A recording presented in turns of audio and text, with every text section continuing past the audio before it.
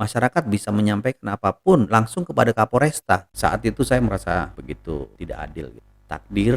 Kita cheers dulu Bapak. Cheers. Iya. Halo pemirsa Secangkir Teh, ketemu lagi di podcast kali ini di Secangkir Teh hanya di Pasti Laku TV bersama saya Dewi Leba, dan seperti biasa tamu kita luar biasa yang dihadirkan di podcast kali ini. Dan saya tidak sendirian, langsung saja yang sudah menemani saya. Kita udah ngobrol banyak banget, tapi kali ini ngobrol biar pemirsa Secangkir Teh bisa tahu apa aja yang bakal kita obrolin. Langsung saja Dewi kenalin dulu, ini adalah Komisaris Besar Polisi Risian Krisna Budiaswanto SH SIK MH. Beliau adalah Kapolresta Kupang Kota. Halo, selamat siang Bapak Kapolres. Halo, selamat siang. Suaranya kurang menggelegar nih Pak. Selamat siang Bapak. Selamat siang. Oke, siang. Lebih semangat lagi. Ini kalau dulu kan kita ngobrol sama Bapak Polisi tuh agak takut. Sekarang saya ngundang kayak gini juga saya lebih takut lagi Pak. Kenapa kok takut? Takut disuruh push up. Oh. Terima kasih banyak Bapak sudah main-main ke studio Secangkir Teh kali ini. Iya. Apa kabar Pak? Alhamdulillah sehat. Sehat. Udah siap kita bincang-bincang santai Pak di sini? Siap sekali. Siap sekali untuk masyarakat Kota Kupang. Apa Iya, yang siap betul. ya? Oke. Jadi pemirsa Secangkir Teh, kita akan bahas dengan beliau ini, sosok yang kayaknya menghadirkan warna baru untuk Kota Kupang. Kalau dilihat di postingan Instagramnya juga ya Pak ya, Instagramnya Humas Polda NTT, Polresta Kupang Kota juga banyak yang mengupdate kegiatan-kegiatan sosial beliau yang melibatkan masyarakat juga. Kira-kira apa aja yang beliau libatkan untuk masyarakat terlibat dalam berbagai macam kegiatan di sela-sela kesibukan beliau. Namun sebelumnya Dewi penasaran juga nih, kita berawal dari cita-cita terlebih dahulu. Cita-cita perjalanan karir, sempat kepikiran gak sih Pak untuk menjadi seorang polisi seperti saat ini, jadi Kapolres lagi? Silakan Ya. Pak. Baik. Jadi kadang-kadang saya kalau mengenang perjalanan hidup ya, ada sedih dan kemudian menjadi rasa bersyukur gitu. Karena Allah memberikan sesuatu itu tentunya tidak terlepas dari apa yang diinginkan oleh hambanya gitu. Karena Tuhan tidak akan merubah nasib kalau bukan kaumnya itu yang akan merubah. Jadi kalau saya mengenang perjalanan hidup, orang tua saya ini bapak bekerja sebagai buruh perusahaan, buruh di pabrik gula. Dia di Jawa Timur dulu, di Jember, di Jatiroto, kemudian ada pembukaan pabrik baru di Sulawesi Selatan, di Makassar. Di Kabupaten Takalar. Itu tempatnya sangat sepi di desa. Untuk bisa mendapatkan akses kendaraan itu kita harus menempuh kurang lebih 10 kilo jalan rusak itu. Nah, kemudian ibu sebagai ibu rumah tangga tentunya mendukung ekonomi keluarga. Ibu saya membuka warung di terminal bus.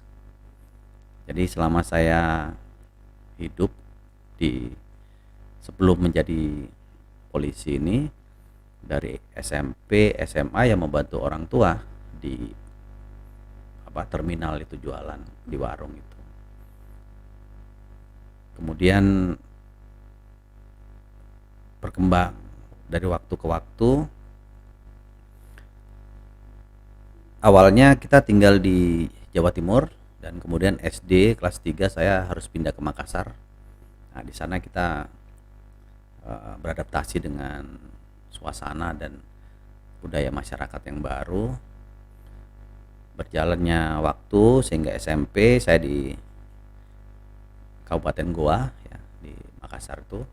Kemudian SMA, dan setelah lulus SMA saya sempat mendaftar di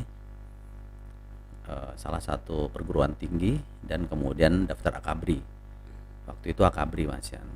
Tapi ya Tuhan belum memberi jalan sehingga Akabri tidak lulus dan kuliah pun juga tidak lulus UMPTN, sehingga saya harus mengisi hari-hari saya dengan menjadi karyawan lepas, Membantu musiman. orang tua juga berarti ya. Kebetulan tempat bapak saya bekerja itu setiap musim giling pabrik gula ini menerima tenaga musiman honorer ya, musiman. Dulu itu gajinya setiap 2 minggu. Setiap 2 minggu itu kalau tidak salah dalam 2 minggu ini gajinya 75.000 kalau nggak salah. Tahun berapa itu Pak 75.000? 95. Mungkin kalau 94. diibaratkan dengan sekarang berarti mata uangnya kira-kira berapa tuh Pak? 500.000 dapat kah 2 minggu?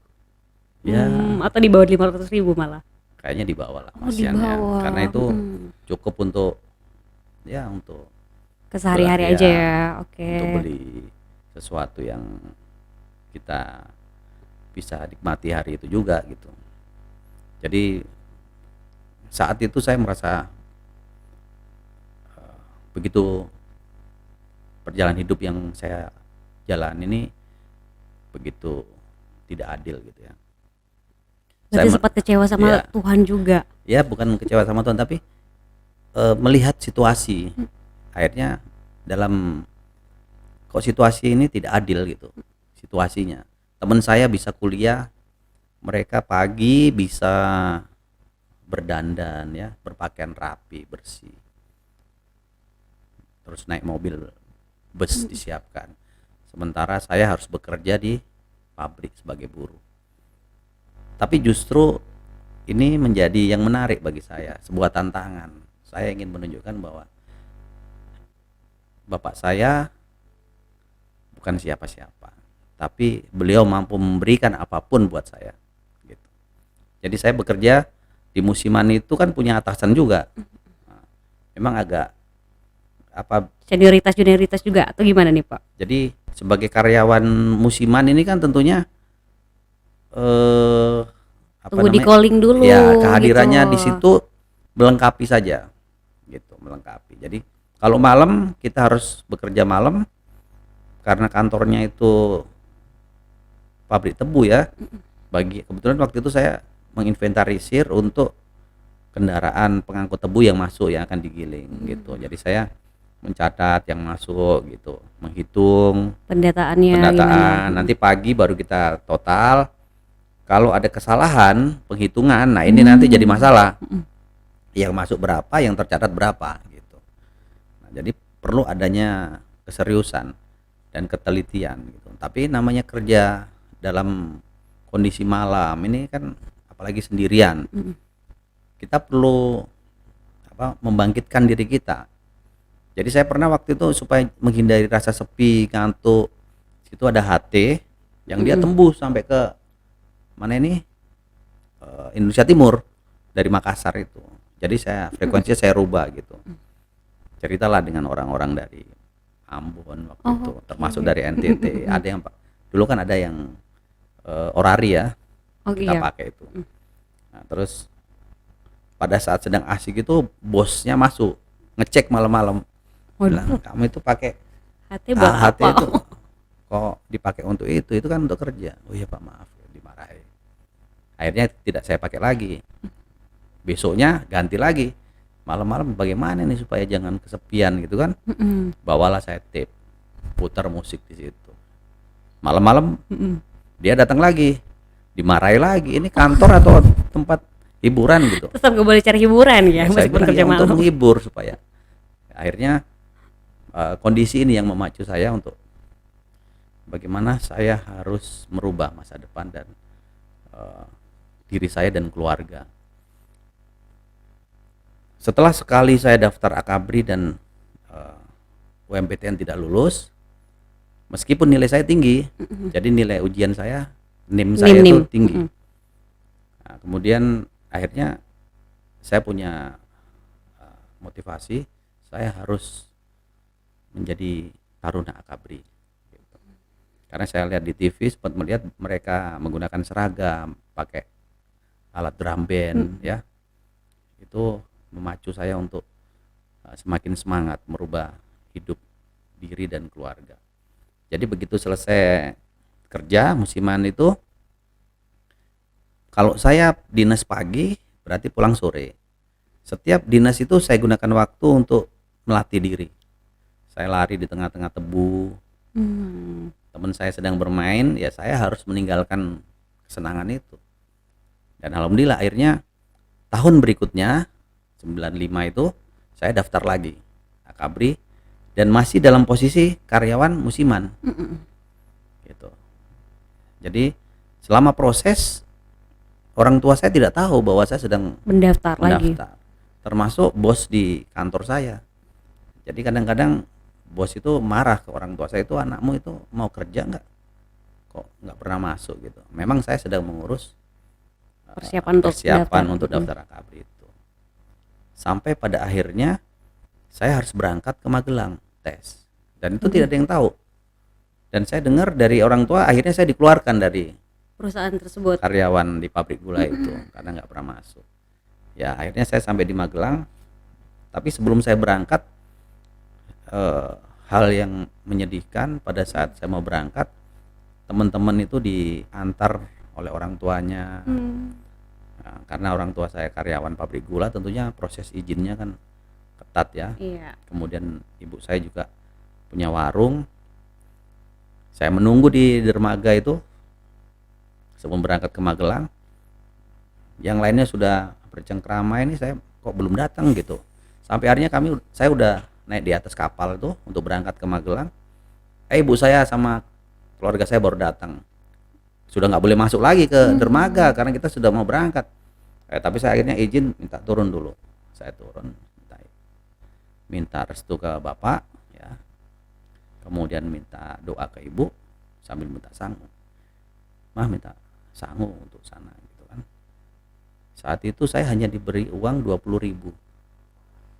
20.000 di ya. tahun 95 20.000. Ya, 20.000 itu saya bawa ke Magelang untuk tes.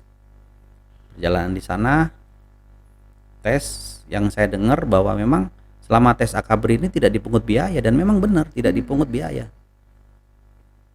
Tidak dipungut biaya, dan itu yang memotivasi saya untuk kemudian berangkat melaksanakan tes di Magelang. Berjalannya waktu tes di Magelang, di akhir tes sebelum pengumuman saya dapat informasi bahwa saya diterima di salah satu perguruan tinggi di Makassar, di Universitas Negeri. Kalau tidak salah dulu saya mengambil jurusan teknik arsitek. Oh, arsitek. Ya, dan diterima waktu itu. Ada pemberitahuannya, ada. Orang tua saya nitip ke panitia dan panitia menunjukkan. Dinyatakan lulus nih, diterima Ya, di perguruan diterima. tinggi. Tetapi pada saat itu juga pengumuman Akabri saya lulus. Itu udah tahapan yang udah pasti lulus atau masih ada tahapan seleksi lainnya lagi? Sudah pasti lulus. Udah pasti lulus. Sudah proses sudah berjalan. Oke. Dan di saat bersamaan pengumuman itu keluar. Jadi mau pilih yang mana ini? Ya, pilih yang mana gitu. Saya berpikir cita-cita saya memang dari dulu ingin menjadi seorang arsitek. Gitu. Tapi di tengah perjalanan saya melihat bahwa kondisi ekonomi orang tua ini akan berat. Gitu. Maka pilihan saya jatuh kepada Akabri. Akhirnya saya putuskan udah saya masuk Akabri saja. Sehingga begitu diumumkan, akhirnya kita melanjutkan proses selanjutnya. Gitu. Awalnya saya kalau di Akabri dulu kan tidak boleh memilih ya.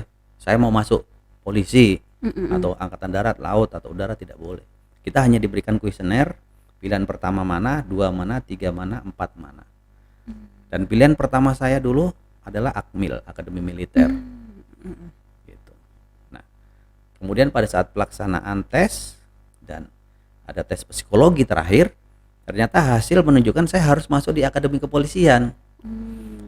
Ya, sudahlah. Takdir Tuhan memberi jalan saya untuk mengabdi kepolisian, ya akhirnya suka tidak suka, mau tidak mau harus saya jalani. Walaupun keinginan saya di Akademi Militer kan gitu. Nah, akhirnya perjalanannya waktu saya menjadi Taruna Akpol, lulus di 1998, dan kemudian penempatan pertama di Kalimantan Selatan, kemudian pindah ke Provinsi Banten. Dari tahun berapa tuh Pak izin di Kalimantan? Kalimantan Selatan nih tugas pertama saya dari tahun 99 sampai tahun 2008. Kemudian 2006 saya pendidikan PTIK, dan kemudian saya penempatan di Polda Banten. Polda Banten 2006 sampai dengan 2000 eh, 2000 berapa ya? Ya, kurang lebih 8 tahun 2016 ya. 2016. Kemudian 2015 saya berangkat ke pendidikan Cespimen dan kemudian lulus mendapatkan tempat di Polda NTT. Gitu. Dari 2016 itu langsung berpatatnya di sini. Dan Ya. dari Banten langsung pindahkan ke sini, Pak. Ya. Oke. Kalau dari yang saya kutip dari perjalanan kisah Bapak tadi untuk fighting atau survive menjadi seorang anggota kepolisian seperti saat ini nih, Pak, sempat ada kegagalan juga. Berapa kali sih Pak gagal, dan apakah dari orang tua ada yang sempat mengasih pilihan kayak udahlah kamu arsitek aja, atau udahlah kamu tetap kerja di pabrik saja, atau gimana nih Pak untuk meyakinkan orang tua bahwa ini cita-cita yang harus saya gapai, seperti apa? Jadi waktu saya tes itu bapak saya juga bertanya, kamu ini niat nggak masuk Akabri? Karena memang setiap kegiatan yang saya lakukan orang tua saya tidak pernah tahu, kecuali penandatanganan administrasi pendaftaran, surat-surat. Nah itu. Jadi bapak saya tahu bahwa saya daftar Akabri, tetapi semua kesiapan beliau tidak tahu.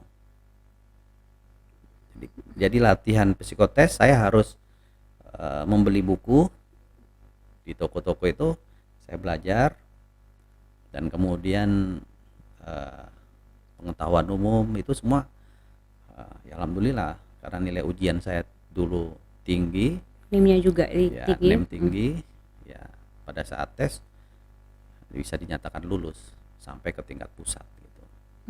Ya pertama kali gagal ini kan memang ada kekecewaan ya, tapi justru itu memotivasi saya bahwa kegagalan ini harus saya rubah menjadi keberhasilan gitu. Oke, kegagalan yang cuma sekali Ya. tidak mematahkan semangat Bapak ini Betul. untuk melanjutkan lagi. Lalu sempat terpikirkankah bahwa akan mengunjungi Indonesia Timur dari yang cerita sebelumnya cuma ngobrol via HT dengan orang Indonesia Timur, sekarang langsung di Indonesia Timur di Ya. Kota Kupang, gimana nih Pak? Feel pertama kalinya ditempatkan di sini di mana kalau boleh tahu? Langsung Saya di sini Kota dulu di Kupang atau Polda, di- di Polda, Oh, di Polda. Krimsus. Kemudian setelah di Krimsus 1 tahun baru saya menjadi Kapolres Timur Tengah Utara. Oke, paling lama di TTU atau? Di TTU itu paling lama, Oke. hampir 3 tahun saya di sana. Di TTU, terus dipindahkan ke Kupang Kota ini per Ya. April kemarin. Ya. Per April kemarin. Sekarang kita mulai bahas nih buat masyarakat Kota Kupang, pemirsa, secangkir teh. Kita minum dulu Pak, boleh? Sambil Boleh. cheers karena secangkir teh kalau nggak ada cheers tehnya, kita cheers dulu Bapak. Iya, secangkir teh. Pemirsa juga sambil menyaksikan boleh minum tehnya. Biar ngobrolnya makin seru lagi. Sudah masuk kepada pembahasan terkait dengan masyarakat Kota Kupang nih. Kalau di bawah kepemimpinan Bapak ini, kemarin itu banyak event yang melibatkan masyarakat Kota Kupang, dan sekarang ini juga kalau saya warga sipil sempat mendengar juga ada ajakan dari Bapak Kapolres buat siapa saja yang mau ikut run bersama Kapolresta ini ya Pak ya, sama Bapak ini. Itu kenapa sih Pak ada event positif yang mengajak atau melibatkan masyarakat bergabung? Ya. Atas dasar apa nih Pak? Ya, baik. Jadi kalau kita berbicara tentang tugas pokok fungsi daripada kepolisian negara Republik Indonesia, ini sudah tertuang dalam Undang-Undang Kepolisian, ya, di mana menyebutkan bahwa tugas pokoknya fungsi adalah melindungi, mengayomi, melayani masyarakat, pemeliharaan Kamtimas dan penegakan hukum, kan gitu. Nah ini perlu diimplementasikan dengan melihat bagaimana perkembangan dan dinamika yang terjadi di masyarakat, baik lokal maupun global. Dalam konteks perpolisian modern saat ini, kegiatan-kegiatan yang bersifat pencegahan itu menjadi sesuatu yang kita prioritaskan. Bagaimana membangun kesadaran masyarakat, bagaimana kemudian membangun komunikasi dengan masyarakat. Ini adalah salah satu upaya dalam rangka mewujudkan pemeliharaan Kamtibmas tadi, Kamtibmas, ya. kemudian pelindungan, pengayoman dan pelayanan masyarakat. Nah, upaya-upaya yang dilakukan dalam rangka prevention ini atau pencegahan ini adalah bagaimana kita mendekatkan diri dengan masyarakat sehingga terjadi komunikasi timbal balik. Nah, dengan adanya komunikasi ini, maka permasalahan yang dialami oleh masyarakat akan bisa disampaikan dengan baik, dan kemudian petugas atau kepolisian juga akan mampu mendapatkan informasi itu dengan jelas, gitu. Sehingga nantinya akan ditindaklanjuti dengan kegiatan-kegiatan sesuai dengan fungsi apa yang dibutuhkan dalam rangka penanganan permasalahan tersebut. Awal saya masuk, tentunya saya harus melakukan OH, Organization Health Audit. Saya harus mempelajari bagaimana kesatuan saya, berapa jumlah personil saya, kemudian kemampuan apa yang harus saya kembangkan, ya. Kemudian langkah-langkah apa yang harus saya lakukan dalam membangun disiplin anggota, semangat kerja anggota. Nah, ini harus saya bangun, gitu. Sehingga dalam beberapa bulan kemarin saya banyak melakukan upaya-upaya lebih kepada internal, gitu. Ini harus membangun dulu komitmen dalam. Jadi dimulai dari internal Ya, dulu ya, dari internal. sebelum melibatkan pihak luar. Oke. Betul. Memang dalam prosesnya tentunya tidak berjalan semudah yang kita harapkan. Iya. Pasti ada hal-hal yang berbeda dengan ekspektasi yang kita inginkan. Nah, setelah itu baru kita juga melakukan upaya environmental scanning. Apa yang berkembang di masyarakat ini? Kemudian permasalahan apa yang sering menjadi permasalahan yang berujung kepada gangguan Kamtimas. Dari hasil inventarisasi identifikasi ini baru kita melakukan sebuah upaya-upaya strategi dalam rangka melindungi, mengayomi, melayani pemelihara Kamtimas dan penegakan hukum. Nah, biasanya, dan ini secara empirik tidak bisa kita pungkiri bahwa apa yang dilakukan oleh kepolisian seringkali juga ada beberapa pihak yang memang resisten, dia kontradiktif, gitu. Karena memang biasanya seperti itu. Nah, kemudian kita arahkan kepada hal yang benar. Nah, ini tentunya menjadi sebuah kondisi perdebatan ya, antara yang setuju dengan tidak. Saya pikir inilah menjadi beban dan seni dalam rangka memanage operasional kepolisian ini. Dari hasil inventarisasi identifikasi ini ada beberapa sebenarnya yang menonjol. Yang pertama terkait dengan bagaimana kesadaran dan kedisiplinan masyarakat Kota Kupang terkait dengan lalu lintas. Betul. Ini yang pertama. Kenapa saya melihat ini? Karena ada sebuah Fenomena kah di masyarakat yang mulai mengabaikan ya, peraturan lalu lintas atau bagaimana? kebiasaan yang berkembang di masyarakat ini menganggap bahwa hal itu hal yang sepele. Padahal bagaimana tingkat kedisiplinan masyarakat, kepatuhan masyarakat terhadap lalu lintas, ini cermin bagaimana kondisi masyarakat dari aspek kehidupan lainnya. Kalau lalu lintasnya disiplin, ya, kemudian tertib, kemudian sadar terhadap keselamatan sendiri, maka itu sudah menggambarkan bagaimana kedisiplinan masyarakat terhadap aspek kehidupan lainnya, baik dari sosial maupun hukum. Yang kedua adalah banyaknya laporan terkait dengan tindakan-tindakan pemalakan, premanisme di beberapa tempat yang sebagian besar para pelaku ini terpapar minuman keras, gitu. Kemudian beberapa kali terjadi pelaporan terkait dengan tindak pidana kekerasan, baik itu penganiayaan maupun pengeroyokan. Lagi-lagi juga setelah kita periksa, mereka terpapar dalam dalam kondisi terpapar minuman Minuman keras keras lagi. ya di tempat-tempat umum. Selanjutnya terkait dengan eh, fenomena atau kebiasaan masyarakat yang kalau saya lihat katanya nih memang sudah menjadi budaya ya, tapi menurut saya sih bukan budaya tapi kebiasaan yang Kebiasaan. dibangun dan itu harus diluruskan. Menormalisasikan sesuatu yang salah. Ya, begitu.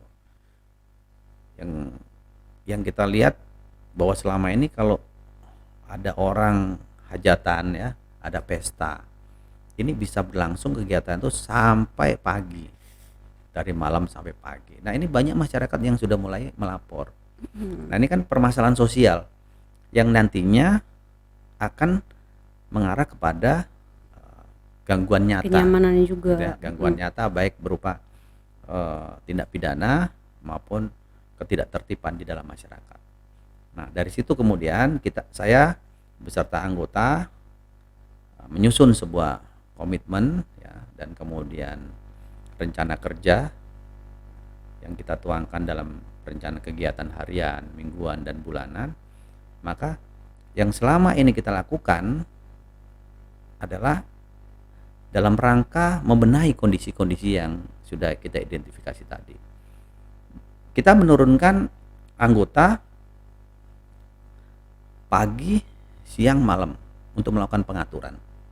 Nah, satu lagi yaitu kebiasaan masyarakat kebut-kebutan, trek-trekan. Nah, ini kan sudah berlangsung lama informasinya dulu itu, dan memang ada beberapa kali laporan seperti itu. Nah, kemudian kita susun sebuah langkah-langkah untuk menindaklanjuti dari permasalahan itu. Saya mulai dari lalu lintas dulu. Bagaimana kita membangun kesadaran masyarakat terhadap keselamatan pribadi. Kenapa ini harus menjadi penekanan? Bagaimana dia mau peduli keselamatan orang lain kalau keselamatan dia saja dia tidak peduli. Benar. Kemanapun kita harus peduli terhadap keselamatan diri kita. Baru kemudian berdampak pada keselamatan orang lain. Karena kecelakaan bisa terjadi kapan saja, di mana saja. Kita dan kepada siapa saja. Benar. Kita sudah disiplin, kita sudah taat, kita bisa menjadi korban karena ketidakdisiplinan dan ketidakpatuhan dari masyarakat lain. Sehingga membangun kesadaran dan kedisiplinan itu tidak hanya secara parsial. Kita harus semua masyarakat harus bisa memahami itu. Gitu. Sehingga kita berharap dengan upaya yang kita lakukan pengawasan, pemantauan dan penindakan terhadap pelanggaran lalu lintas, baik itu berupa penggunaan helm ya, kemudian balap liar ya, knalpot racing. Ini yang utama ada dalam rangka membangun kedisiplinan dan tanggung jawab masyarakat terkait dengan bagaimana ketertiban di dalam masyarakat itu. Nah, selanjutnya setelah itu ini juga ternyata ada keterkaitannya dengan permasalahan yang lain. Dengan kita giatkan kegiatan di lapangan, tren gangguan Kamtimas menurun. Seperti penganiayaan itu menurun, sempat menurun gitu. Per tahun dibandingkan dengan tahun kemarin? Dari bulan ke bulan. Bulan ke bulan. Ya, Oh, grafiknya bulan ke bulan. Kemudian kecelakaan juga demikian. Jumlah masih tetap tinggi. Artinya ada penurunan tapi masih tergolong tinggi. Tetapi fatalitas korban itu menurun, yang meninggal. Nah, ini tentunya aspek yang mempengaruhi terjadinya kecelakaan dan kemudian terjadi korban luka berat, luka ringan, dan minimnya korban yang meninggal dunia. Ini lebih kepada bagaimana masyarakat itu masih belum betul-betul memahami bagaimana berkendara, beretika di jalan. Gitu. Sehingga walaupun kita tindak, kemudian kita jaga, kita arahkan, kalau kesadaran masyarakat sendiri tidak terbangun, masih rendah, itu yang menyebabkan kecelakaan. Kemudian bagaimana dengan tindak pidana seperti kejahatan lainnya, pemerasan itu ya, pemalakan. setelah kita lakukan upaya-upaya hadirnya polisi di masyarakat ini, itu sudah mulai menurun, gitu. Termasuk eh, kekerasan, ya, memang masih ada, tetapi trennya menurun, menurun. Nah, ini salah satu ada korelasinya dengan kehadiran polisi di masyarakat, di tengah-tengah masyarakat. Termasuk untuk pelaksanaan pesta. Ini sudah banyak yang melapor dan kemudian kita tindak lanjuti. Nah, intinya pada saat saya menjadi Kapolresta ini, saya sudah berkomitmen bagaimana menghadirkan polisi ini lebih sering di tengah-tengah masyarakat, gitu. Yang kedua, bagaimana kita merespon cepat setiap pengaduan, setiap laporan dari masyarakat. Ini menjadi prioritas saya. Ya mungkin memang ada beberapa kali sampai akhirnya pada saya bahwa ada laporan yang agak lambat untuk ditindaklanjuti. Tetapi ini perilaku dari oknum yang memang sedang untuk dibenahi dan kita perbaiki secara terus-menerus dan berkelanjutan, gitu. Berarti bisa dikatakan bahwa mendisiplinkannya internal dan juga masyarakat juga ya Pak ya. Betul. Oke, langkah konkret yang sudah dilakukan sejauh ini nih apa saja sih Pak untuk melibatkan masyarakat agar tidak ada jenjang lagi antara polisi dan masyarakat? Ya, Sejauh ini seperti apa Pak? baik. Jadi komitmen yang saya buat, saya harus membangun kedisiplinan. Ada yang soft approach, ada yang hard approach ya, Oke. melalui penindakan. Saya sudah sampaikan kepada anggota, kita harus tindak tegas masyarakat apabila dia melanggar. Tetapi saya juga akan memberikan problem solving. Bagaimana ada jalan keluar, gitu. Contoh misalnya kebut-kebutan, balap liar. Ini menjadi permasalahan yang dari awal memang langsung masuk kepada informasi kepada saya. Nah, itu juga menjadi hal yang saya prioritaskan. Sehingga setiap ada aktivitas yang mengarah kepada balap liar harus saya tindak tegas. Dan itu kurang lebih 1 bulan kita gelar anggota itu tiap malam di lokasi-lokasi yang selama ini dilaporkan terjadi balap liar. Dan sekarang sudah tidak ada lagi kayaknya. Iya. Gitu. Tetapi saya juga sampaikan kepada beberapa tokoh pemuda dan kemarin sudah kita realisasikan. Bagaimana kalau kita fasilitasi dengan event-event, gitu. Nah, kemarin kita sudah laksanakan ada event road race ya.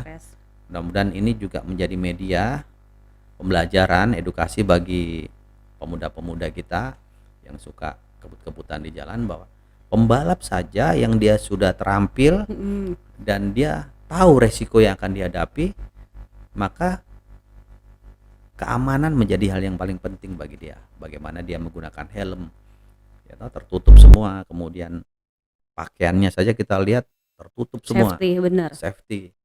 Ini menjadi edukasi. Bayangkan kalau adik-adik kita kebut-kebutan di jalan tanpa dengan mengabaikan keselamatan, apa yang akan terjadi?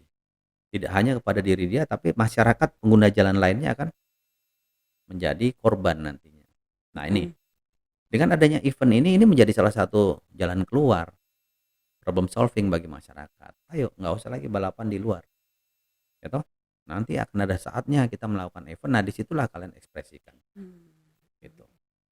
Kemudian juga kita mencoba menggandeng beberapa kelompok masyarakat ya, baik itu perorangan maupun komunitas, untuk kita menghidupkan suasana Kota Kupang ini dengan kegiatan-kegiatan yang positif.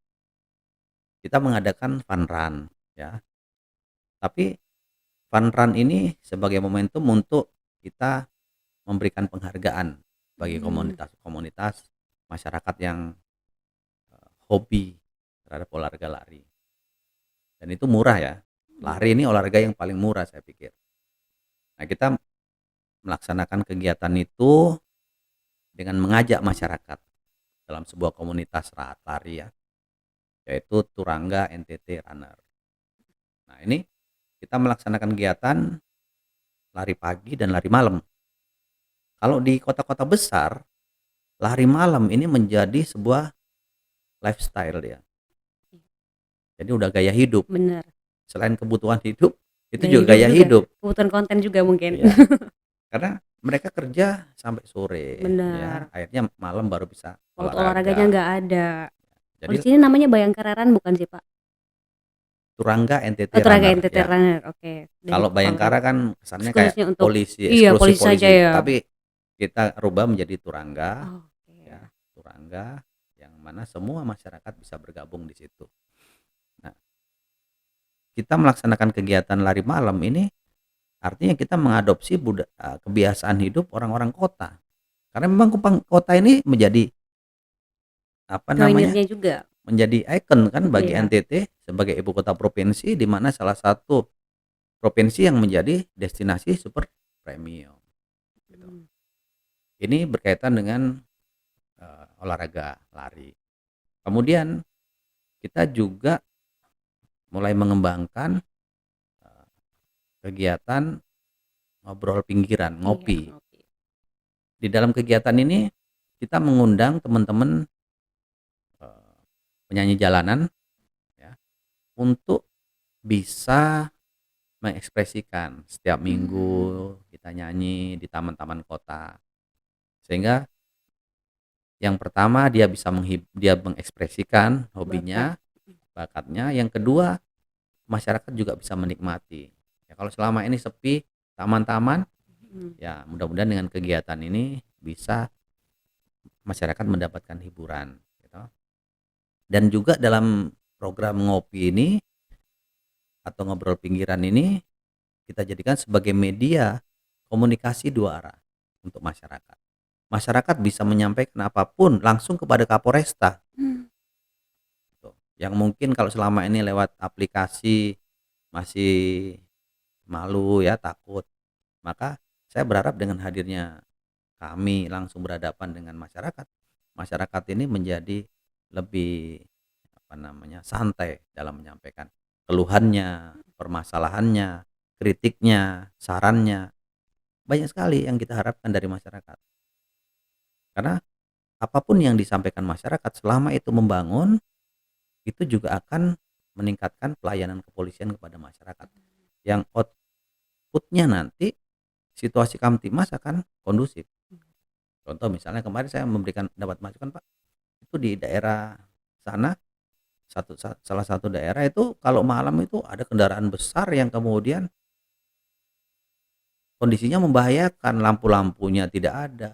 Nah, ini kan mungkin kita tidak sempat memonitor karena waktu-waktunya di situ di saat anggota patroli tempat lain dia lewat gitu. Nah, dengan demikian informasi ini harus saya tindak lanjuti dengan cepat. Ya kemarin sudah dilakukan himbauan dan penindakan terhadap pengendara-pengendara yang menggunakan kendaraan besar dan tidak melengkapi kelengkapan kendaraannya gitu. Ada juga yang menyampaikan Pak tolong di daerah ini itu ada orang eh, apa namanya kebut-kebutan gitu. Itu bisa kita cepat tindak lanjuti. Atau ada saran Pak, tolong kalau itu kemarin ada kasus saya ini sampai sekarang kok belum selesai, bisa disampaikan. Ya mungkin selama ini sudah disampaikan per surat, tapi dengan kesibukan anggota akhirnya menjadi eh, agak lambat penanganannya. Nah mungkin dengan momentum itu masyarakat bisa menyampaikan Pak, saya punya laporan polisi tanggal sekian tapi kok Hmm. belum ditangani. Gitu. Nah dengan laporan masyarakat tentunya saya tahu. Nah ini upaya kita membuka diri agar masyarakat juga bisa terlayani dengan baik. Apalagi kalau sekarang ini kan kasus yang viral itu melibatkan undang-undang IT ya, Pak, ya. Ya, Sekarang makin banyak tuh yang sudah menjelekkan di sosmed segala macam, mungkin bisa yang melakukan pengaduan, boleh banget ya, Pak, ya terbuka boleh, untuk melakukan pengaduan seperti itu juga. boleh. Apapun itu. Berbaik itu berbasis digital bisa dan Ya, juga ketemu langsung setiap hari Sabtu ya, Pak, setiap ngopi hari barengnya. Sabtu ya. Setiap hari Sabtu dan bersifat free. Ya, Itu melibatkan siapa saja sih, Pak? Saya dengar juga ada undangan dari pemerintah ya. atau dari mana nih, Pak, yang dilibatkan? Jadi konsepnya sebenarnya ini hanya ngobrol santai ya. Mhm. ngobrol santai, masyarakat menyampaikan permasalahannya, kita menerima. Tetapi ada momentum tertentu di mana saya menggandeng Mmm. ya stakeholder, baik itu Pemda maupun lembaga-lembaga lain ya. Mhm. Seperti kemarin saat kenaikan BBM, ini kita mengajak dari Pertamina dan Mmm. eh, apa namanya perguruan tinggi, terus pengamat dosen-dosen ekonomi Mhm. supaya memberikan pencerahan kepada masyarakat terkait dengan kenaikan BBM ini. Ini Mhm. salah satu upaya kita agar masyarakat tidak hanya melihat informasi itu dari media sosial yang mungkin belum tentu benar, Oke. kan Bisa gitu. bisa di-framing juga kadang-kadang ya? Ya, bisa di-framing, ini yang membahayakan kan. Siapa itu Pak yang suka framing berita itu ya, Pak? Terus apalagi nih, Pak? Ya, kita ke depan berharap bahwa kehadiran Poresta ini dengan tipologinya sudah ditingkatkan, maka betul-betul mampu memberikan eh, pelayanan, pelindungan, pengayoman, dan pemeliharaan Kamtibmas serta penegakan hukum yang lebih baik tentunya. Kalau kemarin Polres, sekarang menjadi Poresta, ya tentunya ekspektasi juga boleh dong meningkat masyarakat. Wah, kalau kemarin masa begini kok sekarang sudah naik tipe kok masih begini juga. Nah, ini menjadi tantangan buat kita. Nah, ini yang harus kita upgrade juga. Jadi tidak hanya entitasnya saja sebagai Poresta, tetapi juga eh, bagaimana operasionalnya, bahwa betul-betul harus menunjukkan naiknya tipe itu. Nah, ini tentunya tidak hanya kita bekerja sendiri, perlu ada masukan, perlu ada kritik dari masyarakat gitu. Oke.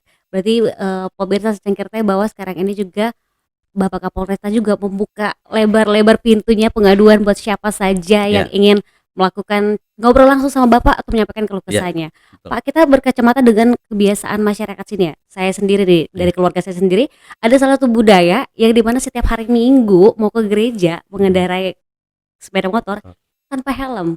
Orang tua saya bilang, "Kita mau ke gereja." Tuhan tahu kita mau ke gereja. ya, Tuhan tahu kita mau ke gereja. Tapi helm kita ini tetap membahayakan kita juga. ya, Kira-kira itu budaya yang salah atau bagaimana sih, Pak? ya, Gereja apakah karena juga kebiasaan hari Minggu tanggal merah, hari libur, jadi mungkin, dipikirnya kayak polisi tidak berjaga-jaga. Tapi apakah keselamatan itu hanya karena sadar pada saat polisi berjaga-jaga atau gimana nih, Pak, untuk menimbulkan, ya, eee, kami masyarakat sipil ini untuk bisa taat berkendara seperti apa? Silakan. ya. Baik. Jadi kalau kita melihat di dalam sebuah negara hukum, apalagi negara yang berdasarkan hukum ya, seperti Indonesia ini, setiap aspek kehidupan itu ada aturan hukumnya. Kenapa harus dibuat? Ini dalam rangka menjamin ketertiban dan keamanan dari masyarakat sendiri tentunya. Terkait dengan penggunaan helm ini kan sudah tertuang dalam Undang-Undang Nomor 22 Tahun 2009 tentang lalu lintas ya. Di mana di dalam undang-undang tersebut ada kewajiban untuk melengkapi kendaraan dan surat-surat serta penggunaan helm. Tentunya tujuannya pasti baik. Nah, tinggal bagaimana kita membangun kesadaran masyarakat ini untuk bisa taat kepada aturan itu yang memang tujuannya untuk kebaikan masyarakat. Hal-hal yang sudah biasanya dilakukan kan Mmm. belum tentu benar. Tapi hal yang benar itu yang harus dibiasakan. Mhm. Kalau kita melihat eh, orang akan ke tempat ibadah, ya memang bahwa kewajiban kita sebagai makhluk Tuhan adalah beribadah. Berbeda. Dan kalau di dalam agama saya, di dalam agama Islam itu memang ada kita harus tawakal kepada Allah Subhanahu wa taala. Kita harus bisa berserah diri kepada Allah Subhanahu wa taala. Kita harus eh, menyerahkan semuanya kepada Tuhan. Silakan. Karena memang Tuhan yang menentukan semua. Maha mengetahui, ya, Maha menguasai. Tetapi ada satu proses yang kita sebut dengan ikhtiar. Ada usaha yang harus kita lakukan. Jadi kalau Tuhan itu tidak akan memberikan rezeki kepada kita, tidak akan memberikan uang kepada kita, tapi kita harus bekerja. Kalau kita bekerja, maka Tuhan akan memberi kita uang. Sama dengan keselamatan. Memang selamat tidak itu Tuhan yang menentukan, tapi kita harus ikhtiar. Kita harus usaha. Bahwa dengan usaha ini, setelah itu baru kita berserah diri. Jadi kalau ke tempat ibadah, ya kita gunakan akal sehat kita, naluri kita. Kemudian kita patuhi aturan yang sudah dibuat oleh pemimpin negara ini atau negara yang membuat. Sehingga keamanan dan keselamatan itu bisa terjamin. Saya katakan tadi, siapa yang akan menjamin kecelakaan itu kapan terjadi dan di mana terjadi? Tidak ada yang tahu. Maka dari awal kita harus ikhtiar, kita harus berupaya supaya kita jangan menjadi korban itu. Jangan nanti setelah terjadi baru kita menyesal. Dan kegiatan untuk penggunaan helm ini tidak hanya kita lakukan di hari Minggu, tapi di hari-hari lain juga kita tetap lakukan himbauan dan penegakan hukum. Gitu. Nah, tentunya kalau orang kelihatan kan orang kalau mau ibadah ya dengan tidak. Kalau saya melihat kalau hari Minggu itu banyak juga yang dia belum mandi, ya belum mandi karena secara fisik masih awut-awutan ya. Terus pakai sendal jepit, pakai celana pendek, bahkan celananya itu berantakan. Apakah itu akan ke tempat ibadah? Hmm. Ya, ya kita tidak tahu. Mungkin juga dia mau ke tempat ibadah, gitu. Sehingga kita akan sampaikan mau kemana. Ya kalau dia ke tempat ibadah, ya kita sampaikan himbauan. Tolong kalau bisa demi keamanan, keselamatan bisa menggunakan helm. Dan di tempat-tempat ibadah juga sudah kita upayakan untuk memasang himbauan di semua tempat ibadah. Nah, tujuannya itu tadi merubah mindset dan kultur set dari hal yang biasanya dilakukan tetapi itu tidak benar atau bertentangan dengan aturan menjadi hal yang benar untuk kita biasakan. Seperti kemarin juga ada sempat himbauan bahwa berkendaraan harus wajib menggunakan sepatu. Itu kan sempat dibikin ini Ya, ya, dibikin kayak wah berarti mau ke pasar aja jangan pakai sendal, harus pakai sepatu. Itu gimana sih Pak cara ya, sosialisasi agar masyarakat itu jangan sampai salah tangkap? Kan itu sempat jadi famous juga, viral ya, juga di sosial media. Dibikin parodi lah segala macam. Tapi kalau di ya, Kota Kupang gimana nih Pak sejauh ini? ya. Sebenarnya kalau kita berbicara tentang safety riding, maka semua yang ada pada diri kita ini harus kita tutup. SOP-nya seperti itu Ya, ya. seyogyanya, ya, Oke. seyogyanya, Mhm. baiknya, Mhm. gitu. Kita harus pakai sarung tangan, kita harus pakai helm yang tertutup standar, kita harus pakai jaket, kita harus pakai celana panjang, Mhm. kita harus pakai sepatu. Itu yang dikatakan tadi perlindungan optimal, gitu. Tetapi kita melihat bahwa penggunaan helm ini kan ditegaskan, gitu kan?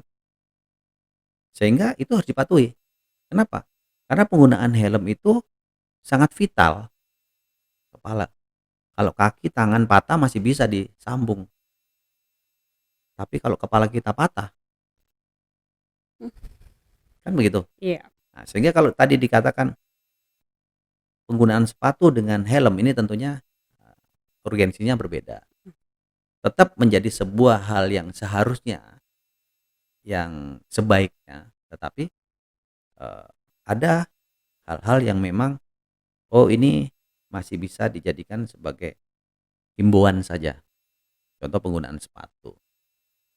Kalau kita temukan pakai sendal, ya kita tidak akan tilang. Karena kenapa? Dari segi eh, fatalitasnya ya tadi, bahwa kalau kaki ya paling patah saja, ya toh. Jari putus mungkin kalau kena aspal. Tapi kalau kepala pecah, Nggak bisa nggak diapa-apain. bisa diapa-apain. Mhm. Makanya harus dilindungi secara maksimal. Gitu. Tapi pada dasarnya untuk keselamatan pengemudi ya sebaiknya jangan biarkan bagian tubuh kita mudah untuk kemudian terjadi benturan dengan benda-benda keras seperti aspal. Nah, Oke. jadi kalau berkaitan dengan penggunaan sepatu itu merupakan sebuah himbauan. Ya, sebaiknya gitu loh. Sepatu digunakan supaya apa? Supaya kalau terjadi sesuatu kaki kita tidak lecet, tidak mengalami luka. Tetap terlindungi ya. Oke, Ya, baik. Ini kalau dari kita lihat dari safety berlalu lintas. Kalau kejahatan di Kota Kupang nih Pak yang menjadi PR saat ini apa sih Pak fokus utamanya? ya, Dan di usia produktifkah yang melakukan kejahatan ya. atau gimana nih grafiknya seperti apa? Baik. Jadi kalau untuk kasus-kasus selama saya menjabat Hmm, sini ya, memang terjadi penurunan trennya. Ada kenaikan tapi tidak signifikan, tapi lebih cenderung menurun. Itu lebih didominasi kepada tindak pidana kekerasan seperti penganiayaan, kemudian pengeroyokan ya. Dan kemudian yang kedua adalah eh, pencurian, pencurian barang-barang yang seperti HP. Itu pun di tempat-tempat yang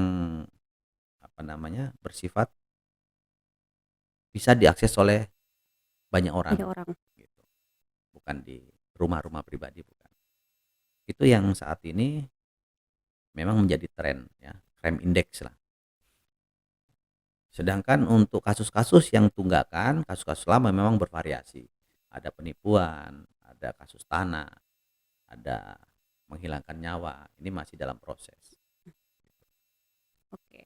Kalau untuk pemberantas hoax sendiri gimana nih Pak? Kan biasanya kan ada broadcast nih di Ya, grup WhatsApp mama-mama nih paling sering kalau ada broadcast yang cuman ini bakal ada razia di sini sini sini, tapi nggak dicantumkan tanggal dan waktunya, tapi udah langsung asal broadcast, ya, posting di sosial media lah, yang bikin panik sendiri, ada kepanikan di tengah masyarakat. Gimana nih Pak untuk mengatasi hal tersebut? ya. Saya pikir kalau kaitannya, hati-hati nanti besok itu saya dengar mau ada sweeping atau Iya razia suka kayak operasi gitu kan, polisi. mhm, Saya pikir ini ya bukan bukan dalam konteks hoax ya, mhm, yang merugikan. Justru itu mhm, sebenarnya menjadi informasi yang penting bahwa kalaupun nantinya tidak ada kegiatan penertiban, operasi kepolisian, ya setidaknya masyarakat itu tetap tahu untuk tetap ingat, sadar, mhm, tetap ingat dan kemudian dia mempersiapkan semuanya gitu.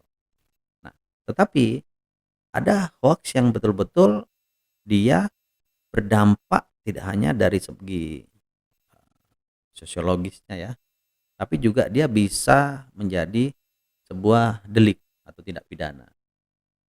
Menyampaikan berita-berita yang menggiring opini lah ya kadang, mhm, yang diatur di dalam Undang-Undang ITE.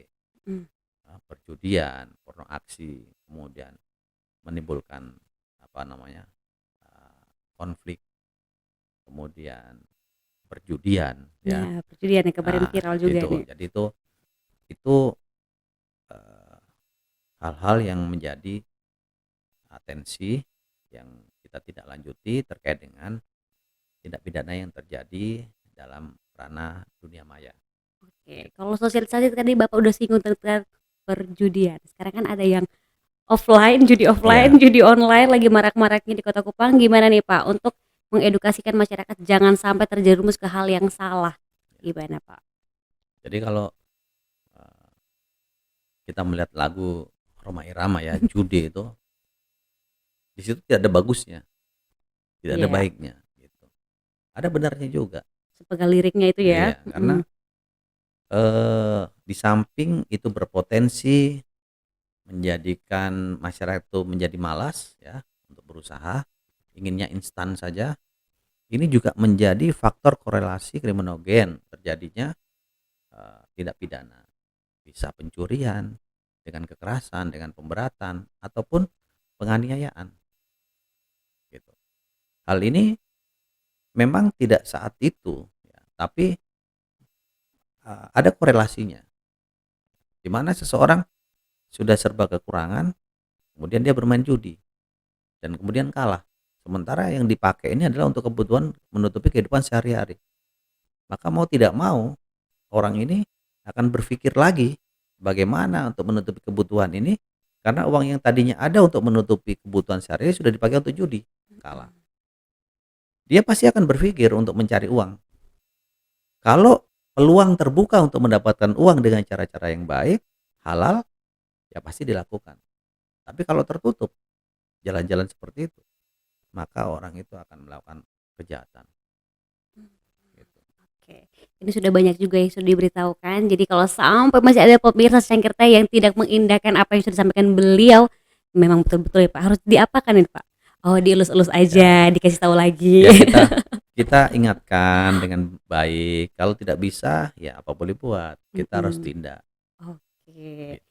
Berteman, tapi tetap juga kita harus tahu juga tupoksinya seperti apa, jangan sampai Iya, salah tafsir ya pemirsa secangkir teh. Nah, mungkin terakhir dari Bapak Kapolres boleh kasih informasi atau motivasi buat yang sedang menyaksikan nih, yang ingin ya, mengikuti jejak Bapak seperti apa sih? Atau mungkin yang udah putus asa, pernah ya, gagal dan akhirnya, "Udahlah saya nyerah aja." ya. Silakan nih, Pak. Baik. Jadi proses itu tidak akan membohongi hasil, ya kan. Proses yang kita lakukan dengan sepenuh hati, dengan komitmen yang tinggi, dengan niat yang baik, pasti hasilnya akan baik. Gitu. Ini yang penting untuk kita pahami bersama sehingga kita bisa mencapai kehidupan yang lebih baik.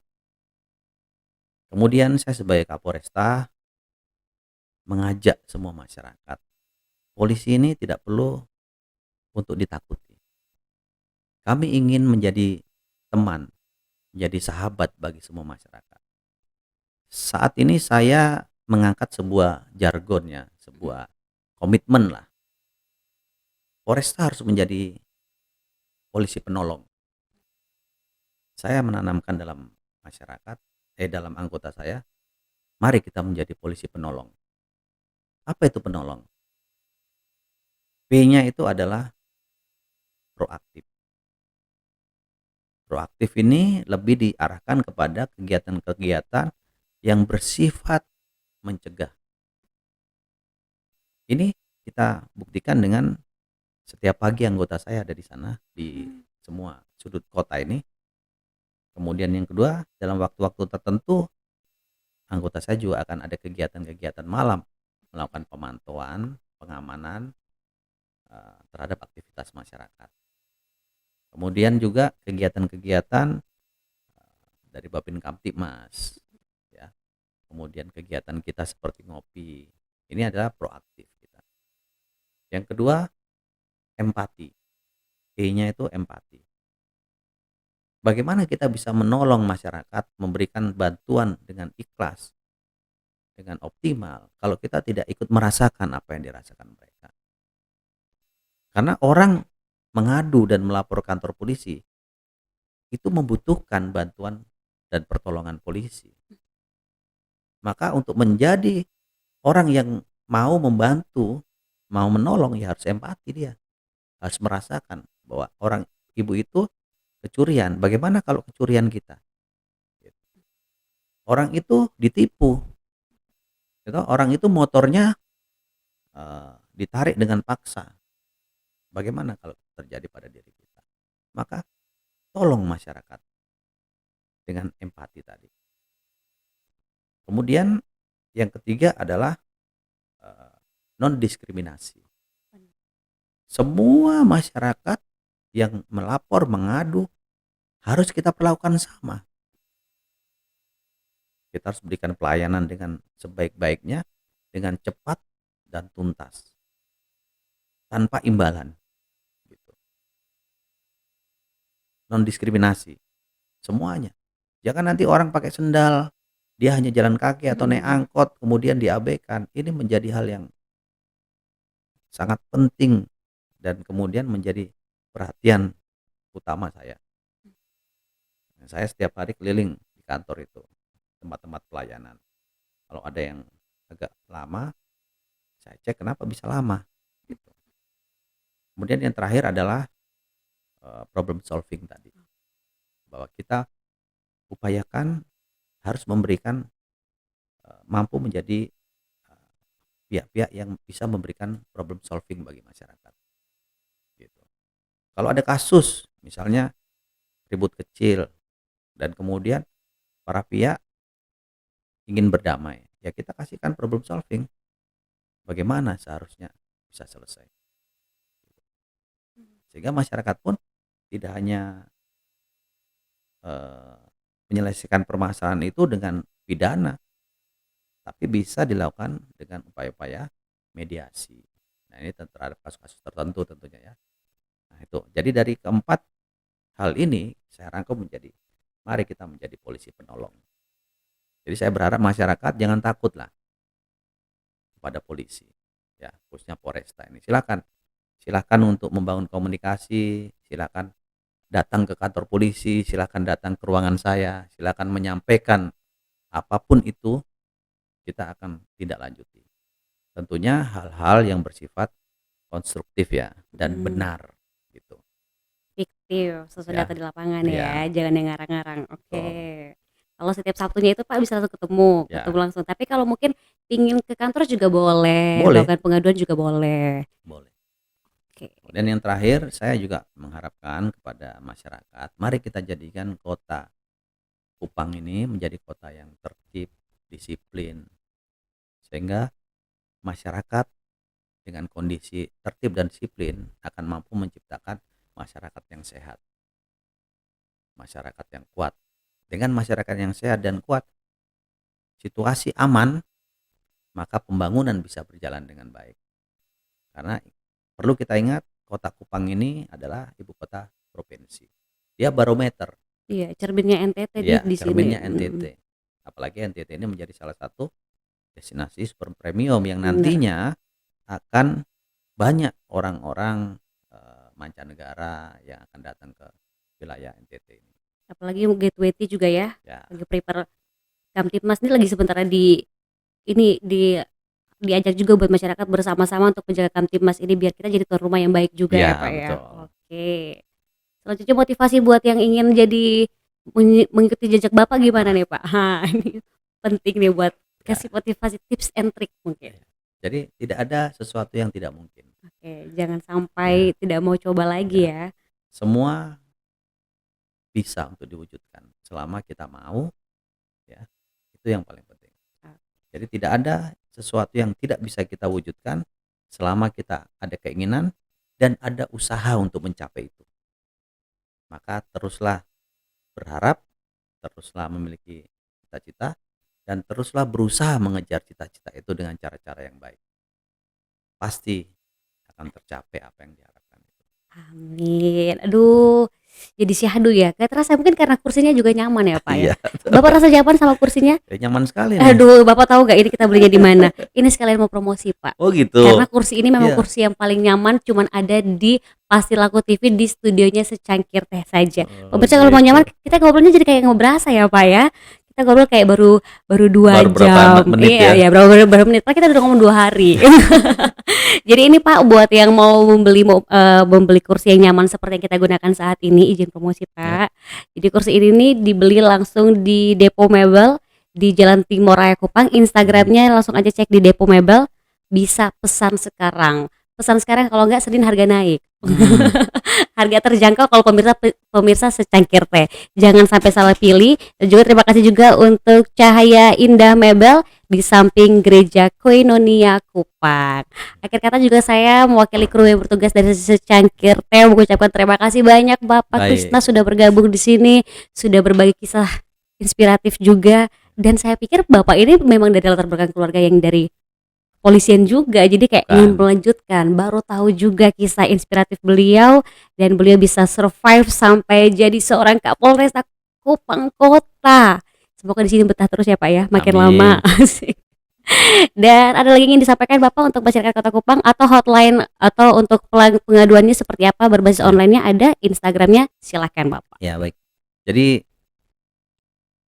saya menyampaikan kepada seluruh masyarakat Kupang Kota, apabila ada hal-hal yang ingin disampaikan, silakan untuk bisa menyampaikan hal tersebut baik melalui 110, hotline-nya ini 110, atau di media-media sosial kita ada Tribrata News, kemudian ada YouTube, kemudian ada Instagram, ada TikTok ya dan Twitter di Polresta Kupang Kota. Oh iya, kalau yang TikTok tuh sering yang itu Pak, pengamanan lalu lintas pagi-pagi tuh. Ya. FYP-nya rame, bagus Oh itu. gitu. Iya, jadi edukasinya dapat tuh di situ. Jadi Iya. emang sudah mulai berbasis atau mulai inovasi juga. Iya. Jadi masyarakat jangan takut, kita harus sama-sama bergandengan tangan Betul. untuk menjaga Kamtibmas dan mewujudkan Kota Kupang yang aman. Betul. Oke, terima kasih banyak Terima untuk Pak kasih. Krisna. Terima Terima kasih kasih. semuanya. Dan jangan lupa saksikan terus podcast hanya di Secangkir Teh, pasti di Pasti Laku TV. Saya Dewi Lema pamit, sampai jumpa dan terima kasih. Cheers dulu Pak.